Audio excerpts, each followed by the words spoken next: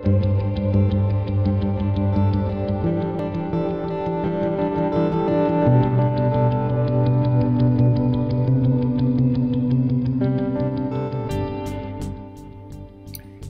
to another video lecture from AP World History, this time on the causes of World War II. So at the end of World War I, it was supposed to be the war to end all wars. And you can kind of understand why the guy said that. So that's President Woodrow Wilson. World War I was horribly destructive. By the end of the 1800s, Western civilization believed it had harnessed progress through technological, medical, scientific, new ideas and innovations.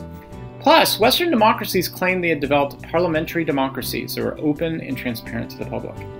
It looked like the 20th century was going to be a time of just unlimited progress. Instead, for 4 years, it was a period of massive bloodshed, using mechanized weapons and poisoned gas. By the end, 10 million people died. So there was just no way that people would do this all over again. And yet, well, we did. And this time it was worse. So the big question is really how we get there. My argument is going to be that the inability of countries to collaborate together, combined with a global economic crisis, the Great Depression, led to the development of radical governmental systems, communism and fascism, that encouraged warfare. Okay, let's start off with the new colonial system. After World War I was done, the Allies decided to blame and punish Germany. And there's a really good story for this. The Allies brought the German leaders on trains to the palace at Versailles in France, and they led them into a room called the Room of Mirrors.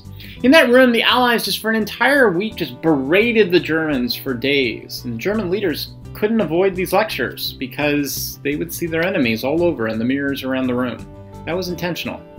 At the end of the meeting, not only did the Germans have to pay for the war damage, they also lost key territories like the Saar coalfields. Alsace-Lorraine was given to France. The Sudetenland was given to Czechoslovakia. Germany would recover by establishing a new government called the Weimar Republic. And, against all of our myths, it actually was pretty successful in the 1920s. But no matter what, they were pretty humiliated. The British and French allies decided to reorganize their colonial holdings. They centralized their holdings over Africa. Britain continued to consolidate its holdings in India. The French took control over Indochina and Southeast Asia. And all of this was still justified with the belief that Europeans had a superior culture and genetics that allowed them to civilize the world.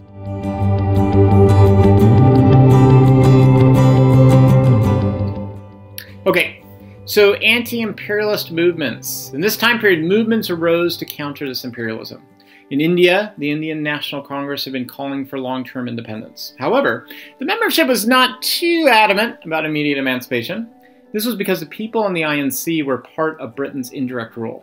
They wanted independence, but they also wanted British protection to remain in power. One leader, though, Mohandas Gandhi, disagreed. Gandhi had originally agreed with the idea of indirect rule. However, during World War I, he experienced British racism toward Indians in South Africa. He returned to India. He adopted a simplistic farming lifestyle. He lived with the untouchables. He believed that a movement amongst the untouchables would garner enough support to remove the British. Now, Gandhi practiced something called Satyagraha. This is a Hindu spiritual concept. It's about nonviolence, but it's really known as the middle path. See, Gandhi believed the British were neither all good nor all bad.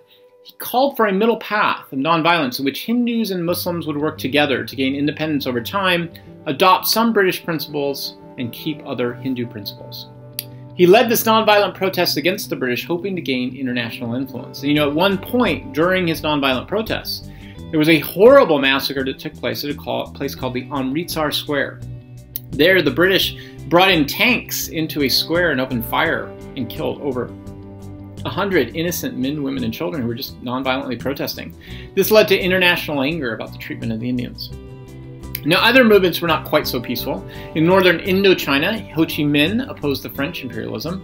Ho Chi Minh had received training and education in the Soviet Union, so he did advocate for a Marxist revolutionary mindset. However, his main purpose really was anti-imperialism. How do I know that? Well, he actually approached President Woodrow Wilson after World War I and asked him for independence based upon Wilson's 14 points. He even modeled the Vietnamese independence documents after the American Declaration of Independence. See, Ho Chi Minh established the Viet Minh and led a guerrilla movement against the French military, but really to gain independence, not so much to establish Marxism. Now, in Japan, Japan's Meiji Empire was an imperial empire. However, remember, they saw themselves as reacting to the West and its growing imperialism. The Meiji had developed a strong industrial center, then they built up their steel navy, and then they expanded into places like Korea during the Sino-Japanese War, and then Mongolia during the Russo-Japanese War.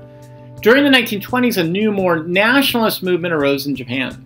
A man named Kida Ika was a nationalist leader who called for Japanese racial superiority. This would eventually lead to a much stronger Japanese presence and expansion. Japan would eventually create something called the Asian Co-Prosperity Zone. The claim was that Japan would remove the European imperialists. Actually, what they were doing was just replacing the Europeans with their own imperialism.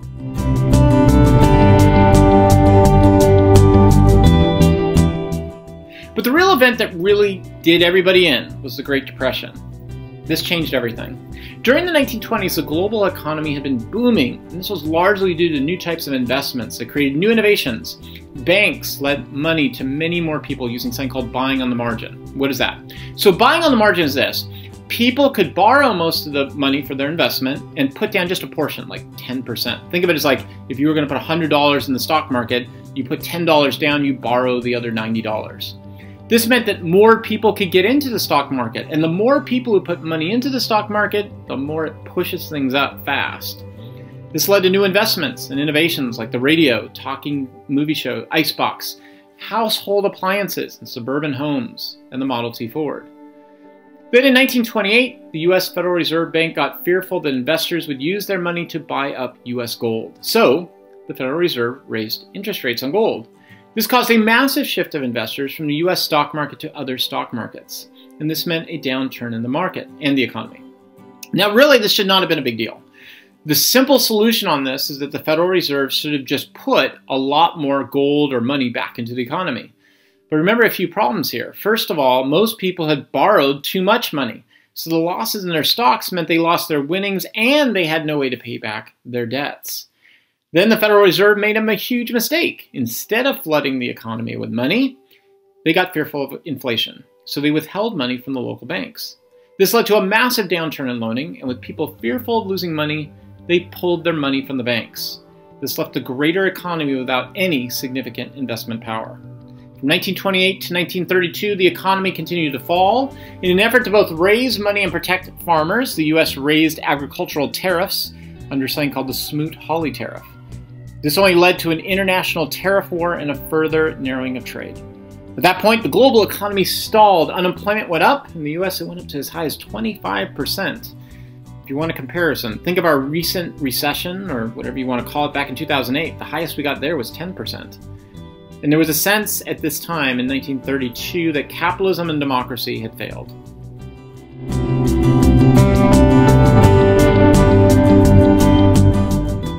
Well, there were three governmental solutions offered at the time. In the United States, there was sort of a mixed solution called the New Deal. Franklin Roosevelt offered a series of programs to get the poor working again. Most were paid government positions to clean roads, build projects, do odd jobs. The real purpose was just to get young men working again with some pay to start consuming goods. Roosevelt also pursued long-term reforms like fixing the banks and providing the elderly with Social Security. Overall, the purpose was to fix capitalism without getting rid of it. Different in the Soviet Union. There, communism attempted to replace capitalism altogether. Communism wanted to centralize all economic decisions in the government, or what's called the state. Joseph Stalin claimed that capitalism was too chaotic and unplanned. He established what are called 5-year plans to move people into cities and build up industrialization. This actually worked, to a point.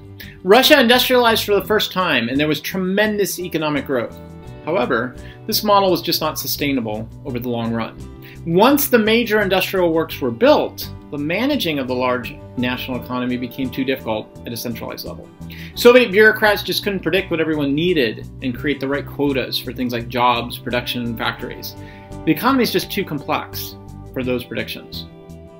So then there's a third model, and that's in Germany, what we call fascism. Now, we usually think of fascism as the horrible and monstrous immorality of the genocide of Jewish people, which is true. All of that is absolutely accurate and should be remembered.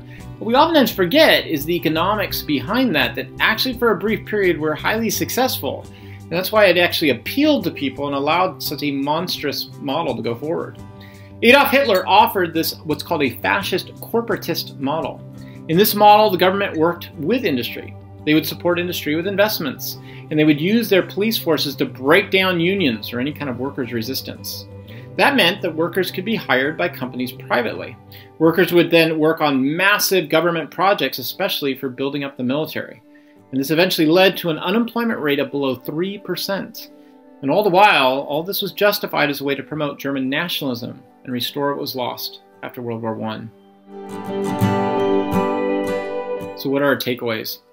So the first takeaway that I want to get out of this is that really after World War I, the attempt to punish Germany and reestablish a colonial system ended up creating long-term political instability in the globe. Number two, the economic collapse of capitalism in the Great Depression opened up a vacuum in which radical governments claimed they had better solutions. And number three, and probably what's going to be really important for the long term off of this, is that this combination of a lack of political collaboration plus an economic collapse led into the possibility for looking at these radical notions of racial inequalities that then was going to justify military expansion in World War II.